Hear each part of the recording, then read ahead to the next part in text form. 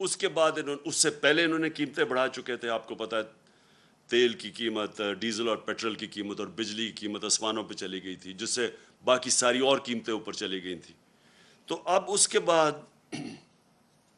یہ ایک اور بجٹ لے کے آئے. اب اس بجٹ میں صرف آپ کو موٹی بات کرتا ہوں. سب سے پہلے انہوں نے کیا کیا؟ انہوں نے سب سے پہلے جو عام آدمی ہے اس کا تو معاشی قتل کر دیا. جتنی انہوں نے قیمتیں بڑھائی ہیں پیٹرول کی اور ڈیزل کی اور بجلی کی، یہ ابھی یہاں رکیں گی نہیں. پہلے تو اتنی کبھی قیمتیں بڑھی نہیں ہیں. اس کے بعد انہوں نے ایک پیٹرولیم لیوی لے کے آئے ہیں جو 50 روپے پر لیٹر ہے. یہ اب انہوں نے مزید یہ قیمت اور بڑھانی ہے. تو یہ اب یہاں رکنی نہیں ہے. یہ ابھی جب قیمتیں بڑھیں گی تو سب سے پہلے یاد رکھیں کہ عام آدمی جس کے مشکل سے آج کل کی انٹرنیشنل مہنگائی ہے، یہ سب مانتے ہیں کرونا کی وجہ سے ایک انٹرنیشنل عالمی مہنگائی ہے، تو ایک تو پہلے وہ مشکل میں تھے. اب انہوں نے جو مزید اور ان کے اوپر بوجھ ڈالا ہے، پہلے تو اور بوجھ پڑا ہے اور اب مزید اور بوجھ پڑے گا. دوسرا، انہوں نے جو کارپوریٹ ٹیکس لگایا، جو انہوں نے سپر ٹیکس لگایا. اب یہ سپر ٹیکس کی وجہ سے ہمارا جو اس وقت جو کارپوریٹ کا ٹیکس ہے وہ چلا جائے گا 39% پہ، 39%. جبکہ ہندوستان اور بنگلہ دیش جو یاد رکھیں مقابلہ کرتے ہیں، ہم چیزیں جو بیچتے ہیں دنیا میں، ہمارے جو کمپیٹیٹرز ہیں جن سے ہم مقابلہ کرتے ہیں وہ ہندوستان اور بنگلہ دیش ہے، ان کے 25% ہے. اب اس کا مطلب کہ ہماری چیزیں جب آپ یہ ٹیکس لگائیں گے تو ہماری چیزیں مہنگی ہو جائیں گی. اوپر سے بجلی ویسے مہنگی ہو گئی، گیس 45% ویسے مہنگی ہو گئی، اور جو ڈیزل اور پیٹرول، کیونکہ ڈیزل اس لیے کیونکہ لوڈ شیڈنگ اتنی زیادہ ہے، لوڈ شیڈنگ کی وجہ سے انڈسٹری کو چلانی پڑتی ہے جنریٹرز پہ، تو وہ سارا جو اب ان کا جو کاسٹ ہوگا جو چیزیں بنانے کی، مینوفیکچر کرنے کی، وہ مہنگی ہو جائیں گی. اس کا اثر آئے گا بے روزگاری کے اوپر، کیونکہ سب سے زیادہ جو روزگار دیتی ہے وہ انڈسٹری دیتی ہے. تو انڈسٹری کے اوپر جب ٹیکس لگے گا کمپیٹ نہیں کرے گی. اور ابھی کئی انڈسٹریز میں بے روزگار کرنا شروع کر دیا لوگوں کو، تو یہ مزید آگے اور بڑھے گا یہ جو انہوں نے سپر ٹیکس لگایا ہے. اور یہ آپ کے سامنے ہے اسٹاک مارکیٹ کے اوپر اس کا جو اثر گیا ہے، جو بزنس کمیونٹی پہ گیا ہے، اور اس کے علاوہ جو گیا ہے روپے کے اوپر. روپیہ پہلے تھوڑا سا سن کے کہ جی باہر سے امداد آ رہی ہے تو اس سے تھوڑا روپیہ جو مضبوط ہوا تھا وہ پھر نیچے چلا گیا. تو اور تیسری چیز جو ہمارا زراعت کے اوپر سارا جو ہمارا ملک تو ڈپینڈ کرتا ہے اس کا، کہ زراعت جب اوپر جاتی ہے تو سارے 60% پاکستان کو فائدہ ہوتا ہے. تو اب انہوں نے جو ڈیزل کے اوپر جو ڈیزل مہنگا ہوا اور جو لوڈ شیڈنگ ہے، اس کا سب سے بڑا اثر ہمارے کسانوں پہ پڑنے والا ہے اور اس کی پاکستان کی پیداوار کے اوپر. تو ایک طرف سیلریڈ کلاس، جس سیلریڈ کلاس کو انہوں نے پہلے چھوٹ دی تھی، جو 1 لاکھ روپیہ مہینہ سے زیادہ تنخواہ تھی ان کو پہلے چھوٹ دی، اور 1 لاکھ سے کم یعنی 50,000 روپے کا اب نیچے سلیب لے آئیں، یعنی 1 لاکھ سے 50,000 روپے آ گئے. پہلے انہوں نے کہا تھا کہ 1 لاکھ تک چھوٹ ملے گی. 50,000 روپے مہینے کی بھی ٹیکس آ گیا ہے. 1,00,000 روپے مہینے سے جو زیادہ ہے ان کا ٹیکس ڈبل کر دیا.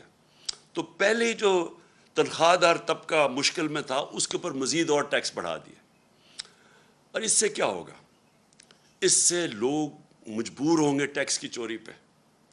جو ہم نے اتنی مشکلوں سے پاکستان میں بڑی دیر کے بعد ریکارڈ ٹیکس اکٹھا کیا تھا، اور ریکارڈ ٹیکس اکٹھا کا مطلب یہ کہ کبھی پاکستان سوچ نہیں سکتا تھا. ہمیں تانے دیے جاتے تھے کہ 6,000 ارب روپیہ آپ ٹیکس کیسے اکٹھا کریں گے، اس سے زیادہ ہم نے کیا. اور میں آپ کو گارنٹی کرتا ہوں کہ جو ہم قدم اٹھا رہے تھے، ہم 8,000 ارب اور اس سے بھی آگے جانا تھا اس سے اگلے سال. وہ کیسے؟ ہم وہ جو موجودہ لوگ ہیں انہی کے اوپر بوجھ نہیں ڈالنا چاہتے تھے، ہم ٹیکس بیس بڑھانا چاہتے تھے. اور اس کا طریقہ کیا تھا کہ ہم نے بڑی مشکلوں سے نادرا کے ساتھ مل کے آئیڈینٹیفائی کیا کہ 4,30,00,000 گھرانے تھے، 4,30,00,000 جو ٹیکس نہیں دیتے تھے. ان کو ہم نے آرٹیفیشل انٹیلیجنس، یہ ایک نیا طریقہ ہے جس سے آپ ان کو ان کی رہن سہن کیسا ہے, ان کے پاس گاڑی ہے, گھر کدھر ہے, یہ ساری چیزیں دیکھ کے ان کی ٹریول کتنی ہے وہ فیڈ کر کے کمپیوٹر میں آرٹیفیشل انٹیلیجنس کے ذریعے ہم نے سب پتہ چل گیا تھا کہ کون کتنا ٹیکس دے سکتا ہے. اور اپریل سے جب ہماری گورنمنٹ گئی ہے ہم نے پورا پلان بنایا ہوا تھا کہ ان کو ہم نے کیسے ٹیکس نیٹ پہ لے کے آنا ہے. اس کا مطلب ہمارا ٹیکس نیٹ بڑھ جانا تھا, اور بجائے انہی لوگوں کے اوپر زیادہ ٹیکس ڈالتے, بلکہ اگر ہم کم بھی ٹیکس کرتے تو کیونکہ وہ نیٹ بڑھ جانا تھا, ہمیں ہماری ٹیکس کی آمدنی جو میں سمجھتا ہوں کہ 8,000 سے پھر ہم نے اوپر جانا تھا. پھر ہم نے ایک ٹیکنالوجی کا استعمال کیا, اور یہ سارا ٹیکنالوجی کے ذریعے ہمارا پلان تھا.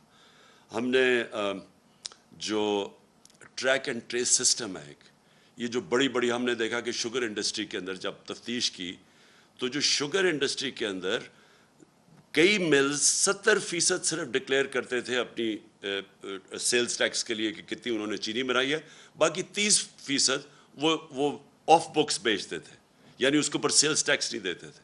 اس کے لیے ہم ٹریک اینڈ ٹریس سسٹم لے کے آئے کہ ایک ایسا سسٹم ہے کہ اس کے ذریعے ہر بوری کے اوپر وہ لگتا ہے, تو بیٹھے بیٹھے ہمیں پتہ چل جاتا ہے کہ کتنا انہوں نے پروڈیوس کیا اور کتنا وہ بیچ رہے ہیں.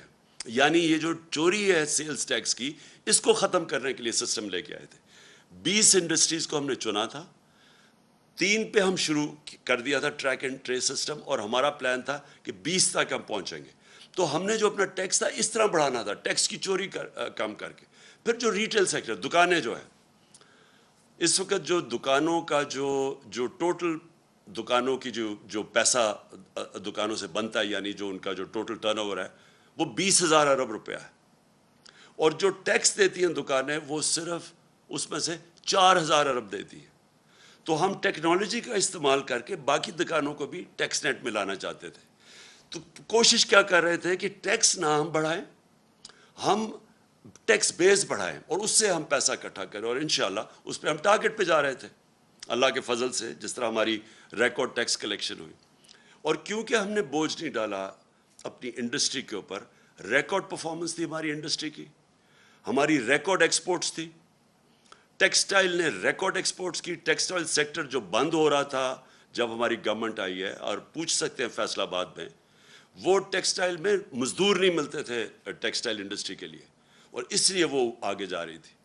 تو انہوں نے جو اب سٹیپس لگائے ہیں, یہ جو ہماری ساری, اور زراعت میں بات کر رہا ہوں کہ ریکارڈ پروڈکشن تھی, 4.4% پہ ہماری زراعت بڑھ رہی تھی. اور یہ ساری چیزیں, یہ میں نہیں کہہ رہا, یہ پاکستان کی اکنامک سروے کے اندر تھی. جو ہماری اکنامک سروے کی یہ رزلٹس ہیں, آپ دیکھ سکتے ہیں, وہ یہ گورنمنٹ نے دی ہے, ہم نے نہیں دی. اس گورنمنٹ نے جو اکنامک سروے ہے اس کے اندر یہ سب کچھ لکھا ہوا ہے. سروس سیکٹر بڑھ رہا تھا, انڈسٹری بڑھ رہی تھی, زراعت بڑھ رہا تھا, آئی ٹی ایکسپورٹس بڑھ رہی تھی, جو فیوچر ہے پاکستان کا ٹیکنالوجی کی, آئی ٹی کا, جو ہم نے بڑے انسینٹیوز دیے تھے. تو ادھر سے انہوں نے آ کے, جب سے یہ آئے, پہلے تو پھر سے میں کہتا ہوں تیاری نہیں تھی, مارکیٹ کو پتہ چل گیا ان کی تیاری نہیں ہے, روپے تیزی سے گرنا شروع ہو گیا. 178 روپیہ ڈالر تھا جب انہوں نے نو کانفیڈنس موشن کی ہے, اس کے بعد وہ گر کے آج 210 212 کے قریب ہے. اور اس کی ابھی اثرات آنے ہیں. میں پھر سے آپ کو کہہ رہا ہوں کہ جب روپیہ گرتا ہے تو اور جتنی چیزیں باہر سے لیتی وہ اور مہنگی ہو جاتی ہیں. روپیہ گرا, اسٹاک مارکیٹ گری, مارکیٹ نے سمجھ گیا ان کا کوئی پلان نہیں ہے, اور اس کے بعد ریکارڈ مہنگائی بھی ہوئی. اور اب یہ جو بجٹ دیا ہے, اس سے آپ یہ سمجھ لیں کہ ابھی مہنگائی نہیں صرف ہونی, صرف اس سے جو تنخواہ دار اور جو موجودہ ٹیکس پیئرز ہیں ان کے اوپر ہی نہیں بوجھ آنا, اس سے ہمارے روزگار کے اوپر فرق ہوگا. یہ بھی میں آپ کو کہہ دوں کہ ہمارا جو روزگار تھا, یہ پیپلز پارٹی اور نون لیگ کی حکومتوں سے سب سے بہتر پرفارمنس تھی روزگار کی. بلکہ جو ورلڈ بینک کی رپورٹ ہے, سارے بر صغیر میں کرونا کے بعد جو ملک میں سب سے زیادہ روزگار تھا یا سب سے کم بے روزگاری تھی, وہ پاکستان تھا. اس سے بے روزگاری بھی بڑھے گی, اور اس سے ہماری انڈسٹری متاثر ہوگی, اس سے ہماری زراعت متاثر ہوگی, اس سے ہمارا جو سیلری طبقہ ہے اس کے اوپر بوجھ پڑے گا. اور میں جو دوسری, اب میرا جو پہلو ہے اس میڈیا کا آپ سے بات کرنے کا, وہ یہ ہے کہ دیکھیں, یہ تو انہوں نے بجٹ کے اندر لوگوں کے اوپر مشکلات آ گئی, لیکن جو انہوں نے جو امینڈمنٹس کی ہیں نیب کے قانون میں، آج ہم سپریم کورٹ میں وہ گئے ہیں اور چیلنج کرنے کے لیے. لیکن اگر یہ خدا نہ خواستہ، اور مجھے پورا اعتماد ہے اپنی عدلیہ کے اوپر کہ وہ یہ ظلم نہیں ہونے دیں گے پاکستان کے اوپر، کیونکہ اگر یہ کامیاب ہو گئے اس چیز پہ، میری آج ایک آپ بات یاد رکھ لیں کہ کوئی پاکستان کو دشمن کی ضرورت نہیں ہے. یہ جو کرنے جا رہے ہیں یہ ملک کی تباہی ہے. دیکھیں، میں اپنی قوم کو جب تک میں زندہ ہوں، میں نبی صلی اللہ علیہ وسلم کی جو حدیث ہے کہ تمہارے سے پہلے بڑی قومیں تباہ ہوئیں، جب بڑا ڈاکو چوری کرتا تھا تو اس کو آپ نہیں پکڑتے تھے اور صرف چھوٹے چور جیل میں جاتے تھے. یہ جو انہوں نے امینڈمنٹس کی ہیں یہ صرف اور صرف اس ملک کی تباہی ہے، کیونکہ انہوں نے چھوٹ دے دی ہے سارے بڑے ڈاکوؤں کو. آج اگر میں بڑا کرپٹ ہوں تو مجھے انہوں نے امینڈمنٹ کے ذریعے انہوں نے آج مجھے چھوٹ دے دی ہے. میں دل بھر کے ملک کو لوٹوں، لیکن مجھے جو انہوں نے قانون پاس کر دیا مجھے کوئی نہیں اب پکڑ سکے گا. صرف پکڑے جائیں گے چھوٹے چور، اور وہ چور جو بیوقوف ہیں. عقل مند چور وہ چھوٹا بھی بچ جائے گا جو انہوں نے چیزیں کر دی. میں صرف آپ کو موٹی موٹی چیزیں بتاتا ہوں کہ انہوں نے اپنی چوری بچانے کے لیے کیسے ہمارے سارے ملک کا انصاف کا نظام تباہ کیا ہے. سارا جو احتساب کا نظام ہے اس کی قبر کھود دی ہے انہوں نے، بلکہ انہوں نے پاکستان کے مستقبل کی اس کے سامنے وہ اندھیرے میں آپ. اور میں آپ کو بتاتا ہوں کیا کیا انہوں نے سب سے پہلے یہ کیا کہ اگر میں ہوں سرکاری، میں ایم این ہوں، میں وزیر ہوں، میں وزیر اعظم ہوں، میں بیوروکریٹ ہوں، میں اگر چوری کرتا ہوں اپنی پوزیشن کو، اپنی پبلک پوزیشن کو استعمال کرتے ہوئے میں چوری کرتا ہوں، میں پیسے بناتا ہوں، میں اگر وہ اپنے بیوی بچوں کے نام ڈال دیتا ہوں، دوستوں کے ڈال دیتا ہوں، رشتہ داروں کے نام پہ کر دیتا ہوں، اس نئے قانون کے مطابق مجھے کوئی نہیں پکڑے گا. یعنی آپ یہ سمجھ جائیں کہ اگر آج نواز شریف اگر وہ اپنی بیٹی کے نام پہ باہر پراپرٹیز لے لیتا ہے، آپ کوئی نہیں پوچھ سکتے. آپ بڑے بڑیاں زمینیں خرید سکتے ہیں اپنے بچوں کے نام پہ، آپ کو کوئی نہیں پوچھ سکتا، کیونکہ انہوں نے تو کہہ دیا کہ جناب صرف وہ ذمہ دار ہے، اگر میرے پاس پیسے تو میں جواب دوں. اچھا، لیکن نہ تو یہ جو فلودے والے اور یہ جو پاپڑ والے جن کے نام پہ انہوں نے بے نامی چیزیں لی تھی، یہ اب سارے پاک ہو جائیں گے اس سے. پھر اگر فیک اکاؤنٹس میں پیسہ آ بھی گیا اور پوچھ لیا ان سے، تو پوچھیں گے کیا کہ اگر مثلا 1 ارب روپیہ میرے اکاؤنٹ میں آ گیا، لیکن وہ میں نے سارا یا خرچ کر دیا یا باہر بھیج دیا یا اس سے عموماً ہوتا کیا، جب آپ زیادہ پیسہ بناتے ہیں، یا یہ جو بڑے بڑے ڈاکو ہیں، ان کا اصل میں نقصان کیا کرتے ہیں کیونکہ ان کی چوری زیادہ ہوتی ہے. اب شہباز شریف کی اور بچوں کی صرف جو پکڑی گئی ہے، باقی یہ یاد رکھیں یہ پکڑے گئے ہیں، جو نہیں پکڑے گئے اس کا ہمیں پتہ ہی نہیں ہے. 16 ارب روپے کے جو ایف آئی کا کیس ہے، اب یہ کیا وہ پیسہ رکھ سکتے ہیں پاکستان؟ 16 ارب کا جواب دینا پڑے گا. لہٰذا یہ ہنڈی حوالے سے باہر بھیج دیتے ہیں پیسہ. یہ جو ان کی باہر پراپرٹیز ہے، آپ اندازہ نہیں لگا سکتے کتنا پیسہ باہر بھیج. اگر پاکستان میں رکھیں گے پکڑا جائے گا. یہ ہمارا ہی نہیں ہے کیس، یہ جتنے بھی ملک جن کے اندر غربت ہے، جن کو ڈیولپنگ ورلڈ کہتے ہیں، وہاں سارا ملک ان کی غربت کی وجہ یہ ہے. وہ بھی طاقتور ڈاکوؤں کو نہیں پکڑ سکتے، جس کو وائٹ کالر کرائم کہتے ہیں. ان کے پاس بھی وہ وکیل نہیں ہوتے جو ان کی وائٹ کالر کرائم پکڑ سکے. وہ بھی کیا کرتے ہیں کہ وہ بھی پیسہ چوری کیا، ملک سے باہر بھیج دیا. تو یہ جو رپورٹ ہے، یہ بھی میں بار بار لوگوں کو بتاتا رہتا ہوں کہ یونائٹڈ نیشنز کے سیکرٹری جنرل نے یہ تفتیش کروائی ہے. وہ پینل کا نام ہے فیکٹ آئی پینل. اس کے مطابق 1700 ارب روپیہ ہر سال غریب ملکوں سے جاتا ہے امیر ملکوں میں اور آف شور اکاؤنٹس پہ، اور بڑے بڑے ان کے محلات لینے کے لیے، جس طرح لنڈن میں مے فیئر کے اندر بڑے بڑے نواز شریف جن محلوں میں رہتا ہے، اس طرح ساری غریب ملکوں سے ان کے پیسے والے لوگ، ان کے وزیر، وہ سارے یہ کر رہے ہیں. اس لیے ہر سال غریب ملک غریب ہوتے جاتے ہیں، کیونکہ اس طرح کے بیٹھے ہوئے ہیں جو زرداری اور شریف، یہ ملک سے پیسہ باہر بھیج دیتے ہیں. تو اب انہوں نے کیا کیا ہے کہ پہلے تو انہوں نے کہا نا کہ جی اگر وہ مثلاً پاپڑ والے کے نام یا وہ مقصود چپڑاسی کے نام پہ ہیں تو آپ پوچھ نہیں سکتے، پہلے تو یہ آ گیا۔ دوسری چیز کہ اگر آپ کا پیسہ باہر پڑا ہے اور آپ اس گورنمنٹ سے پوچھتے ہیں یا بینک سے پوچھتے ہیں جی بتائیں یہ پاکستانیوں کا پیسہ باہر پڑا ہے، اور وہ ہمیں بتاتے ہیں کہ ہاں جی اتنے پیسے باہر پڑے ہیں یا فلانے آدمی کا بینک میں اتنے پیسے پڑے ہیں۔ اب انہوں نے قانون یہ پاس کیا ہے کہ اگر وہ کہتا ہے نا جی اس کے بینک اکاؤنٹ میں کوئی 50 ارب روپیہ پڑا ہے یا 1 ارب روپیہ پڑا ہے تو وہ اب ایڈمیسیبل نہیں ہے، یعنی وہ عدالت میں آپ نہیں لے جا سکتے۔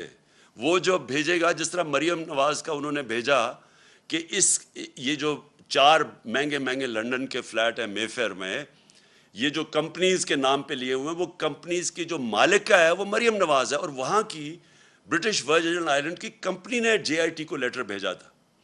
انہوں نے جو قانون پاس کیا ہے اب وہ لیٹر کی کوئی اہمیت نہیں ہے، وہ ایڈمٹ ہی نہیں ہو سکتا۔ تو مطلب یہ ہے کہ جو اس ملک کے بڑے بڑے ڈاکو ہیں انہوں نے صرف پیسہ ملک سے باہر بھیجنا ہے، آپ پوچھ نہیں سکتے ان کو۔ اگر آپ کو پتہ بھی چل جائے کہ انہوں نے یہ بڑے بڑے محلوں میں رہ رہے ہیں، آپ نہیں پوچھ سکتے ان کو، کیونکہ اپنے آپ کو اجازت دے دی ہے۔ تو اس کا مطلب جو چھوٹے چور، جو سائیکل چور، جو بھینس چور، یہ جو موٹر چور، یہ اس طرح کے لوگ ہی صرف پکڑے جائیں گے، بڑے بڑے ڈاکو آپ نہیں پکڑ جا سکتے۔ اور پھر انہوں نے ایک اور کام کیا، ساری دنیا کے اندر جب پبلک آفس ہولڈر ہوتا ہے، مثلا میں پھر سے میں سرکاری عہدے پہ بیٹھا ہوا ہوں، اور کرپشن کا مطلب کیا ہوتا ہے؟ کرپشن ہوتی تب ہے جب آپ اپنی طاقت کو، جو وزیر، پرائم منسٹر، بیوروکریٹ، جو بھی آپ کی پوزیشن کو استعمال کرتے ہوئے پیسہ بنائیں، اس کو کرپشن کہتے ہیں۔ تو میں جب اب ساری دنیا میں قانون یہ ہے کہ میں اگر اس عہدے میں بیٹھا ہوں اور ایک دم میری صرف میں جس طرح مقصود چپڑاسی 15,000 روپے اس کی تنخواہ ہے اور ایک دم 3.25 ارب روپے اس کے بینک میں آ جاتا ہے، تو ساری دنیا کے اندر قانون کیا ہے کہ آپ کو پبلک آفس ہولڈر کو عمران خان کو بتانا پڑے گا کہ آپ کے بینک میں اتنے پیسے کدھر سے آ گئے۔ انہوں نے کیا کیا ہے؟ انہوں نے اس کو الٹا کر دیا۔ انہوں نے کہا کہ اب ان کو بتانا پڑے گا، یا نیب کو یا جو بھی ادارہ ہو اس کو بتانا پڑے گا کہ ان کے پاس پیسہ کدھر سے آیا، یعنی مجھے نہیں بتانا پڑے گا۔ یہ چینج کر دیا انہوں نے کہ اچھا جی اگر میرے بینک میں پیسے آ بھی گئے زیادہ تو وہ مجھے نہیں بتانا پڑے گا، وہ ان کو ثابت کرنا پڑے گا کہ یہ غلط، یہ چوری کا پیسہ ہے۔ یہ وہ کام کر رہے ہیں جو کہ پہلی دفعہ پاکستان میں یہ قانون بدل رہے ہیں۔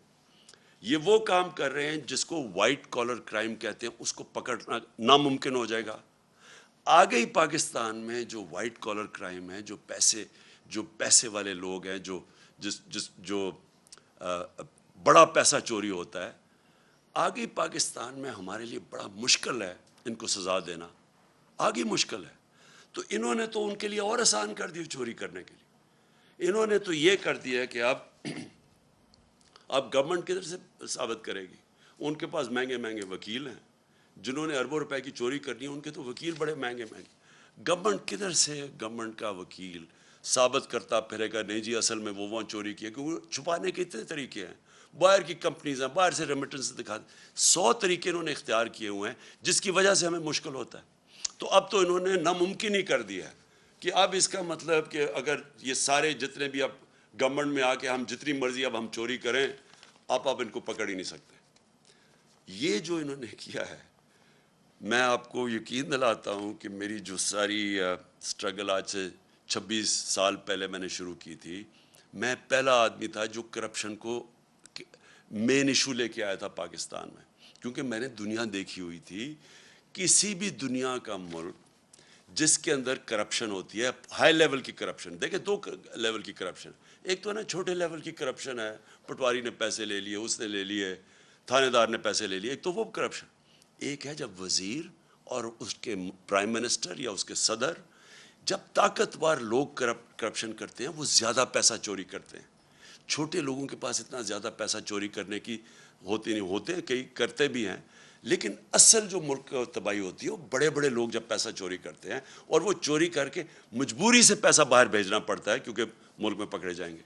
اب جب یہ کر دیا انہوں نے، جو ایک نیب جس کا کام تھا کہ ان لوگوں کو پکڑنا، کیونکہ اس کے پاس انہوں نے سارے قانون بنائے ہوئے تھے اس کو پکڑنے کے لیے، انہوں نے وہ سب کچھ ختم کر دیا. اپنے آپ کو بچانے کے لیے انہوں نے ملک کے اندر دروازے کھول دیے چوری کے. اس وقت آپ کسی بھی طاقتور کو نہیں پکڑ سکتے جو بڑی پیسے چوری کرے. اور پہلے ہی جس طرح میں نے کہا مشکل تھا، لیکن ایک اور کام کیا انہوں نے ایک اور کام کیا ہے کہ یہ جو قانون بنایا ہے یہ 99 سے بنایا ہے. جو 99 کے بعد جتنے بھی کیسز ہیں وہ انہوں نے کیا وہ اس میں شامل ہیں. تو اس کا مطلب کہ جتنا ہمارے دور میں، یعنی ہمارے آنے سے پہلے 2018 سے پہلے کوئی 280 ارب روپے کا نیب نے پیسہ ریکور کیا تھا، ہمارے 3 سالوں میں 480 ارب روپیہ نیب نے ریکور کیا 3 سالوں میں. تو یہ جو پیسہ اب ریکور کیا ہے، اب یہ ہو سکتا ہے کہ کئی لوگ کہیں جی اب تو نیا قانون آ گیا، ہمیں وہ پیسے واپس کریں. جو ہم کوئی 160-180 ارب روپیہ مہینے کا ہمیں نیب سے ملک کو آ رہا تھا، اب تو وہ تو ختم ہو گیا نا، وہ تو اب نہیں ملے گا. لیکن وہی نہیں، وہ جو پہلے انہوں نے پیسے نیب نے لیے، ہو سکتا ہے یہ عدالت میں چلے جائے کہ جی ہمیں وہ بھی پیسہ واپس کرو. تو میں آخر میں اپنی قوم سے کہنا چاہتا ہوں کہ ہم اس وقت وہ فیصلہ کن وقت پہ کھڑے ہیں کہ یہ جو لوگ، یہ جو چور تھے جو 30 سال سے ملک میں پیسے چوری کر رہے ہیں، جو پہلے NRO 1 لے چکے تھے، اب آ کے یہ NRO 2 انہوں نے اپنے آپ کو دیا ہے. ہم نے جس طرح کہا سپریم کورٹ میں ہم چیلنج تو کر رہے ہیں، لیکن اگر یہ کامیاب ہو جاتے ہیں اور یہ قانون رہ جاتے ہیں، آپ یہ سمجھ جائیں کہ پاکستان ایک بنانا ریپبلک بن جائے گا. ابھی تو ہم کہتے ہیں نا بننے جا رہے ہیں. بنانا ریپبلک کیا ہوتا ہے؟ بنانا ریپبلک وہ ہوتا ہے جدھر طاقتور کے لیے ایک قانون ہوتا ہے اور کمزور کے لیے دوسرا. بنانا ریپبلک وہ ہوتا ہے جدھر رول آف لا نہیں ہوتا، یعنی قانون کی حکمرانی نہیں ہوتی، مائٹ از رائٹ ہوتی ہے، جس کی طاقت وہ جو مرضی کر لے. ادھر جا رہا ہے پاکستان. ایک طرف ہم نے ٹیکس لگا دیے لوگوں کے اوپر، تنخواہ دار لوگوں کے اوپر، اپنی کارپوریٹ کے اوپر ٹیکس لگا دیے، کسانوں کے اور عام آدمی کے لیے ڈیزل، پٹرول، بجلی وہاں تک پہنچا دیا ہے کہ ان کے لیے اب مشکل ہوگا گزارا کرنا. دوسری طرف جو سب سے بڑے طاقتور ڈاکو ہیں اس ملک میں، جنہوں نے 30 سال سے لوٹ رہے ہیں ملک کو، جن کے پاس اربوں روپے کی پراپرٹیز باہر ہیں، ان لوگوں کو 1100 ارب روپیہ معاف کر دیا ہے. ٹیکس لگا رہے ہیں، ہم نے کتنے ٹیکس انہوں نے ایکسٹرا IMF کے کہنے پہ ٹیکس لگائے ہیں. تو وہ جو لوگ لوٹ رہے تھے ملک کو، 1100 ارب روپیہ ان کا معاف کر دیا ہے اس نیب امینڈمنٹ نے. 1100 ارب روپیہ. ذرا ذہن میں ڈال لیں کہ یہ پیسہ پاکستان کا پیسہ تھا جو چوری ہوا ہے. یہ کبھی ان کو اجازت ہی نہیں ہونی چاہیے پیسہ معاف کرنے کے لیے. یہ قوم کا پیسہ تھا. اپنے آپ کو چھوٹ دے دی ہے. اپنے آپ کو بچانے کے لیے یہ نے ملک کو کدھر تک پہنچایا، انہوں نے کتنا نقصان کیا ہے. تو اس لیے ساری قوم کو، میں آج ساری قوم سے اپیل کر رہا ہوں. میں اپنے لیے نہیں کر رہا، میں آپ کے اور آپ کے مستقبل، آپ کے بچوں کی، آنے والی نسلوں کے مستقبل کے لیے کہہ رہا ہوں کہ یہ ہے ٹائم ہم سارے پرامن احتجاج کریں اس کے خلاف. یہ ہمارا جمہوری حق ہے. ہمیں انہوں نے جب 25 مئی کو جب ہم نے پرامن احتجاج کیا، تو جس قسم کے انہوں نے ہمارے اوپر تشدد کیا، یہ میں آپ کو یقین دلاتا ہوں کہ کسی جمہوریت گورنمنٹ میں پاکستان کی تاریخ میں ایسے نہیں ہوا. اور میں آپ کو جنرل مشرف کے مارشل لاء کو کہتا ہوں، میں نے 8 دن جیل میں گزارے تھے. میں نے اس دور میں اس طرح کا ظلم نہیں دیکھا جو انہوں نے اب کیا. اور ایسے انہوں نے ظلم کیا صرف ایک وجہ سے، کیونکہ ان کو پتہ یہ سارا ایک سازش کے ذریعے آئے ہیں، ناجائز ہیں، انہوں نے چوری چھپانے آنا تھا. ان کا صرف ایک اب حربہ رہ گیا کہ لوگوں کو خوف پھیلائیں، ڈنڈے کے زور سے لوگوں کو دبائیں تاکہ لوگ چپ کر کے بیٹھ جائیں، کہ خوف زدہ ہو جائیں لوگ کہ جی ہر جگہ. اور لوگوں کو ٹیلی فون آتے ہیں، کبھی صحافیوں کو ٹیلی فون آ جاتا ہے ان نون نمبر سے، کبھی سوشل میڈیا کے لوگوں کو اٹھا کے 2 دن جیل میں ڈال دیتے ہیں خوف پھیلانے کے لیے. میرے اوپر کوئی 9 پتہ نہیں کتنی FIRs ہیں. صرف کہ کسی طرح ہم ڈر کے چپ کر کے بیٹھ جائیں. میں آج ساری قوم کو کہتا ہوں کہ آپ نے یہ خوف کا بت توڑنا ہے. یہ بہت بڑا بت ہے. یہ بت آپ کو غلام بنا دے گا. یہ بت اگر آپ اس خوف کے بت سے کی پوجا کرنا شروع کر دیا آپ نے, تو یہ یاد رکھیں کہ آپ اپنے اوپر ظلم بڑھا دیں گے. یہ ظلم بڑھتے جائیں گے آپ کے اوپر. مہنگائی بڑھتی جائے گی, چوری بڑھتی جائے گی. ساری چوری کی قیمت آپ ادا کرتے ہیں. جتنا یہ اوپر بڑے بڑے ڈاکو چوری کرتے ہیں, آپ اس کی قیمت ادا کرتے ہیں. انہوں نے 3.5 سال کیمپین چلائی, اور مجھے پتہ ہے کدھر سے پیسے میڈیا کے اوپر چلا, مجھے پتہ ہے باہر سے فنڈنگ کدھر سے ہوئی ہمارے اگینسٹ یہ جو پوری سازش تھی. آپ یہ دیکھیں کہ آخری 2 سال میں 17 سال میں جو سب سے زیادہ پاکستان کی 17 سال کے بعد, اس کے باوجود کہ بینکرپٹ ملا تھا, دیوالیہ نکلا ہوا تھا, اس کے باوجود کرونا ہوا تھا, اس کے باوجود آخری 2 سال میں 17 سال کے بعد سب سے زیادہ گروتھ ریٹ تھی ہماری, یعنی ڈیولپمنٹ تھی. کرونا کے باوجود, IMF کے پروگرام کے باوجود, آج دنیا اکنالج کرتی ہے جو ہمارا احساس کا پروگرام تھا. اسٹینفورڈ یونیورسٹی کی ریسرچ دیکھ لیں, انہوں نے اکنالج کیا کہ پاکستان ایک فلائی ریاست بننے کی طرف جا رہی تھی. یہ ہم نہیں کہہ رہے تھے, یہ باہر کی دنیا اکنالج کر رہی ہے. ہمارا جو کلائمیٹ چینج کا پروگرام تھا, دنیا اکنالج کر رہی تھی. 10 ڈیمز ہم نے پہلی دفعہ شروع کیا کہ پاکستان کے آگے مستقبل کا سوچا جائے. اس دور کے اندر, مشکل دور میں, آج آپ دیکھ لیں کہ ہمارا موازنہ کریں جو انہوں نے کیا کہ صرف 2 مہینے کے اندر. میں اپنی ساری قوم کو آج کہتا ہوں کہ یہ آپ کے اوپر خوف بھی پھیلائیں گے میڈیا کے. میں تو آج سلام کرتا ہوں ان صحافیوں کو, میڈیا اینکرز کو, جن کے اوپر FIRs کاٹی ہوئی ہیں, جن کو ٹیلی فون کر کر کے دھمکیاں دی جا رہی ہیں. میڈیا آنرز کو میں ان کو سلام کرتا ہوں, جو 2-3-4 میڈیا آنرز جو آج کھڑے ہوئے ہیں, اس کے باوجود کہ دھمکیاں ملتی ہیں, اس کے باوجود آج کھڑے ہیں اور حق اور سچ پہ کھڑے ہیں. میں آج اپنی ساری قوم کو کہنا چاہتا ہوں, آپ نے اس طرح کے لوگوں کے جتنے یہ آپ کو ڈرانے کی کوشش اور ظلم کرنے کی کوشش, اس سے نہ گھبرائیں. وقت آ گیا سٹینڈ لینے کا. میں آپ سب کو دعوت دیتا ہوں کہ اگلے ہفتے کی شام کو میں ایک بڑا پروٹیسٹ جلسہ کر رہا ہوں پریڈ گراؤنڈ میں, اور یہ ہوگا صرف پنڈی اور اسلام آباد سے میں لوگوں کو یہاں اکٹھا کر رہا ہوں. باقی پشاور میں اور پنڈی, لاہور میں, کراچی میں, ملتان میں, ہمارے جو بڑے بڑے شہر ہیں, ان سارے شہروں کے اندر, فیصل آباد میں خاص طور پہ, آج فیصل آباد میں جدھر مشکلوں کا سامنا کرنا پڑا ہے, میں ساروں کو کہہ رہا ہوں کہ آپ نے وہاں جلسے کرنے ہیں ہفتے کی رات کو, اور میں انشاءاللہ کروں گا پریڈ گراؤنڈ میں جلسہ. میں چاہتا ہوں کہ بھرپور طریقے سے آپ شرکت کریں, اور پھر سے آپ شرکت کریں میرے لیے نہیں, اپنے لیے, اپنے ملک کے لیے, اپنے بچوں کے مستقبل کے لیے. پاکستان پائندہ باد. اگلے ہفتے پریڈ گراؤنڈ میں جلسے کا اعلان کر دیا. بڑے شہروں میں لاہور, کراچی, فیصل آباد کی عوام سے کہتا ہوں کہ اپنے اپنے شہروں میں نکلیں. سابق وزیر اعظم عمران خان میڈیا سے گفتگو کر رہے تھے.